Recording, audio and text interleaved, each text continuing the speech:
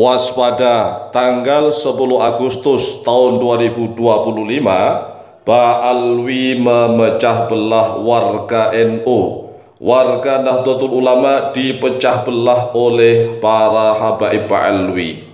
Inilah instruksi dari pengurus besar Nahdlatul Ulama yang harus disebar-sebarkan melalui WhatsApp. Jadi di WA ini saat ini menyebar informasi yang harus diteruskan di beberapa grup WA lagi.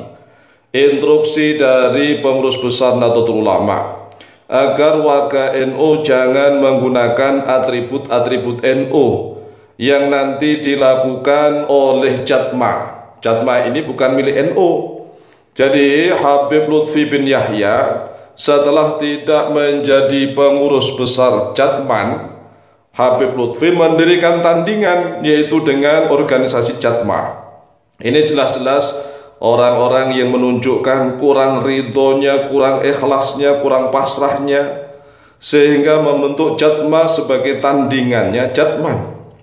Nah, sedangkan pemerintah Republik Indonesia kemarin tanggal 1 Agustus tahun 2025 sudah menyelenggarakan zikir kebangsaan. Bahkan yang diundang bukan hanya NU saja, bukan hanya Islam saja. Yang diundang adalah para tokoh-tokoh agama dari lintas agama, mulai dari Islam, Kristen, Katolik, Hindu, Buddha, Konghucu. Seluruh tokoh-tokoh agama diundang. Itu yang mengadakan adalah pemerintah secara resmi. Tapi mengapa nih para oknum-oknum habaib Ba'alwi atas nama Jatma nanti akan menggelar lagi dengan judul zikir kebangsaan dan ikrar kebangsaan? Nah, inilah cara-cara halus untuk memecah belah persatuan dan kesatuan. Walaupun toh judulnya zikir kebangsaan, bangsa yang dibawa-bawa, ikrar kebangsaan yang dijadikan tema, tetapi itu justru memecah belah kesatuan dan persatuan bangsa. Oleh sebab itulah pengurus besar Nahdlatul Ulama melalui pesan yang dilanjutkan di grup-grup WA menginstruksikan kepada seluruh warga NU. Nah, mungkin ini pengurus besar Nahdlatul Ulama sudah mulai sadar bahwa ternyata benar para oknum-oknum habaib Ba'alwi itulah yang memecah belah warga NU. Setelah Habib Lutfi tidak menjadi pengurus Jatman, Jam'iyah Ahli Thariqah Al-Mu'tabarah An-Nahdiyah, tetapi setelah itu mendirikan Jam'iyah tandingan, menandingi, jelas-jelas menandingi Jatman, yaitu dengan mendirikan Jatma. Jatma akhirnya adalah Ahlus Sunnah wal Jamaah, tidak An-Nahdiyah. Nah, Jam'iyah Ahli Thariqah Al-Mu'tabarah Ahlus Sunnah wal Jamaah ini semuanya begitu, tidak hanya yang dilindungi oleh NU. Ini berarti kan seolah-olah rebutan medan dakwah, rebutan ahli thariqah yang akan dinaungi oleh Jatmah ataukah oleh Jatman. Coba deh direnungkan, mengatasnamakan ahli thariqah, tetapi mengapa kelakuannya seperti ini? Pantaskah seperti itu? Sedangkan Jatman ini kan yang menginisiasi berdirinya jelas-jelas Nahdlatul Ulama, Jam'iyah Ahli Thariqah Al-Mu'tabarah An-Nahdiyah. Nah, setelah Habib Lutfi tidak menjadi pengurus Jatman, kemudian mendirikan Jam'iyah tandingan yang sama, yaitu dengan nama Jatma tanpa huruf N di belakangnya. Karena huruf A di belakangnya itu lebih luas, yaitu Ahlus Sunnah wal Jamaah, tidak hanya NU. Ini adalah upaya-upaya untuk memecah belah bangsa. Nah, kalau para pecinta-pencinta, para mukibin-mukibin itu masih menuduh PWILS sebagai pemecah belah, mikir doya, mikir direnungkan. PWILS itu muncul gara-gara apa? Coba bayangkan. PWILS muncul itu gara-gara arogansi para habaib Ba'alwi yang telah merusak NU selama ini, tetapi para pengurus NU justru tidak pernah berani untuk mengusiknya. Sehingga para kiai NU yang muda, kemudian generasi-generasi NU yang muda mendirikan PWILS. Untuk apa? Untuk membela NU, bukan untuk membela siapa-siapa. Sedangkan para habaib Ba'alwi kan jelas membela organisasi mereka, bukan membela NU. Coba sekarang mikir, para oknum-oknum habaib Ba'alwi itu lebih membela FPI, FPI dibela-bela, HTI bahkan dibela-bela, lebih membela RA-nya, Rabithah Alawiyahnya. NU itu hanya sebagai selilit, tahu selilit? Selilit itu tuh ya sebagai pencungkil sisa makanan yang ada di gigi-gigi itu, di sela-sela gigi. Itu kelakuannya para oknum-oknum Habaib Alwi, walaupun tidak semuanya, tetapi rata-rata begitu. Oknum-oknum Habaib Alwi itu rata-rata menjadikan NU sebagai selilit, ya selilit saja, mencungkil-cungkil sisa makanan. Oleh sebab itulah warga NU sudah saatnya sadar, bahkan pengurus besar Nahdlatul Ulama saatnya sadar. Memang zikir kebangsaan itu sudah sejak zaman Jokowi sudah ada, bahkan diadakan di istana. Ya, diadakan istana dan kami juga pernah diundang, tapi kami nggak pernah datang ya. Kenapa? Itu rahasia kami. Nah sekarang ini ada lagi zikir kebangsaan yang dilakukan oleh Presiden Prabowo Subianto. Dan tanggal 1 kemarin sudah diadakan. Itu lintas agama mereka hadir bersama. Nah nanti tanggal 10 ada lagi yang dipromotori oleh Jatma. Oleh sebetulnya seluruh warga Nahdien dan pengurus PCNU, MWJNU, Ranting NU dan Banom di seluruh tanah air menyampaikan instruksi dari pengurus besar Nahdlatul Ulama, diberitahukan kepada seluruh warga NU menyikapi adanya rencana pengerahan massa untuk hadir di Istiqlal, Jakarta pada tanggal 10 Agustus tahun 2025 dalam acara Jatma yang dibungkus acara ikrar kebangsaan, di mana acara tersebut tidak ada kaitannya dengan organisasi NU dan bukan agenda resmi dari PBNU. Oleh karena itu, untuk semua warga masyarakat yang berencana menghadiri acara tersebut dilarang mengatasnamakan NU, dan dilarang mengatasnamakan Banom NU, dan dilarang membawa simbol-simbol NU. Demikian instruksi dan pemberitahuan ini disampaikan, semoga kita dapat menjaga NU dan bangsa Indonesia dari perpecahan.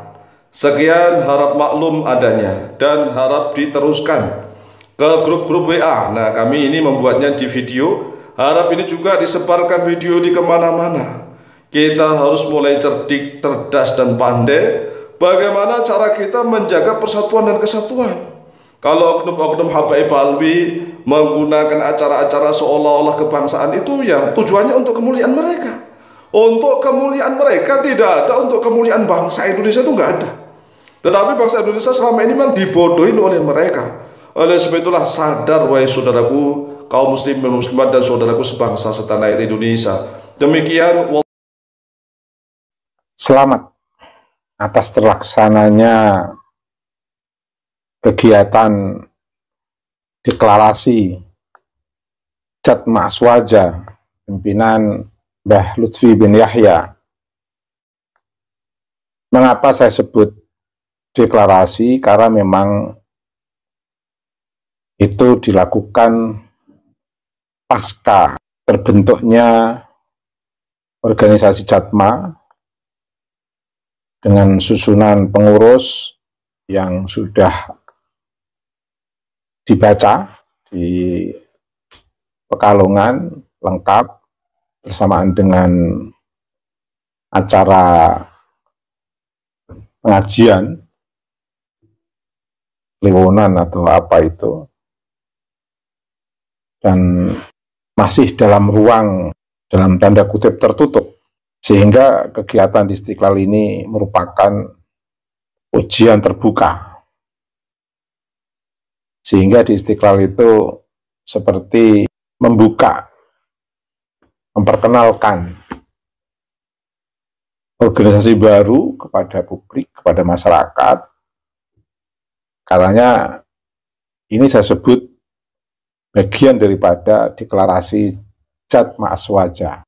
Tentu merupakan bagian dari ekspresi berpendapat, berserikat yang dilindungi undang-undang.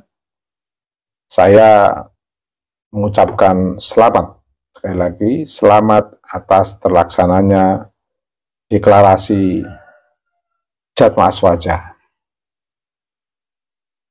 Dan Penggunaan istilah deklarasi saya kira bisa difahami karena